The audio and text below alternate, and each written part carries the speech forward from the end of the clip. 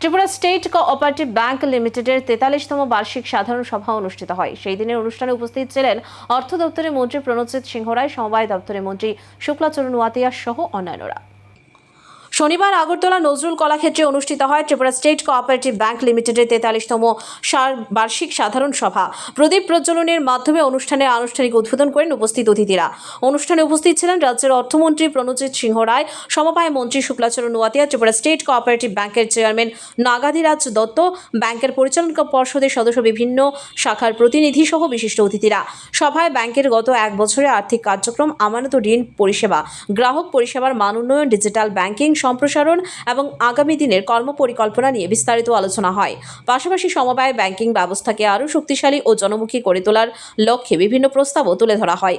নিজের বক্তব্যে অর্থমন্ত্রী প্রণজিৎ সিংহ রায় সমবায় ব্যাংকের ভূমিকার প্রশংসা করে বলেন, রাজ্যের আর্থিক উন্নয়ন, কৃষক, ক্ষুদ্র ব্যবসায়ী, স্বনির্ভর গোষ্ঠী এবং সাধারণ মানুষের কাছে সহজে ব্যাংকিং পরিষেবা পৌঁছে দিতে ত্রিপুরা স্টেট কোঅপারেটিভ ব্যাংক গুরুত্বপূর্ণ ভূমিকা পালন করছে।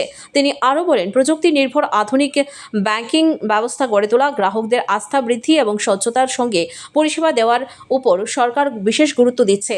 আগামী দিনে সমবায় ব্যাংকগুলিকে আরও শক্তিশালী ও আর্থিকভাবে স্বনির্ভর করে তোলার জন্য রাজ্য সরকার সব ধরনের সহযোগিতা করবে বলে আশ্বাস দিয়েছেন তিনি। এখানে আসার আগে অবশ্যই এতটা আমার ছিল না স্টেট কোঅপারেটিভ ব্যাংকের কতটা তাদের ক্যাপিটাল বা তাদের মুনাফা কেমন হয়, তাদের অ্যাক্টিভিটিসটা কী পর্যায়ে পড়ে। এখন এটা তো ঠিক আছে, মূলত ত্রিপুরা স্টেট কোঅপারেটিভ ব্যাংক আজকে 70 বছরের পদার্পণ করেছে। লম্বা সময়, 10 বছর আমরা বাদ দিই, তা বাকিটা স্বাধীনতা 10 বছর পরে শুরু করেছে। ওই সময় থেকে আর্থিক গ্রামীণ অর্থনীতিকে সমৃদ্ধ করার জন্য ওই সময় চিন্তাভাবনা নিয়ে সেখানে করা হয়েছে ল্যাম্প ট্যাক্সের মাধ্যমে সরাসরি মানুষের কাছে, কৃষকদের কাছে, ক্ষুদ্র ব্যবসায়ীর কাছে সুযোগ পৌঁছানো হয়েছে। সময়ের সঙ্গে সঙ্গে এটা একটা সময় একটা দুর্বল অবস্থায় পৌঁছে যায়। বহু ল্যান্ড ট্যাক্স কিন্তু সেখানে দুর্বল হিসাবে পরিচিত হয়েছে এবং বন্ধ।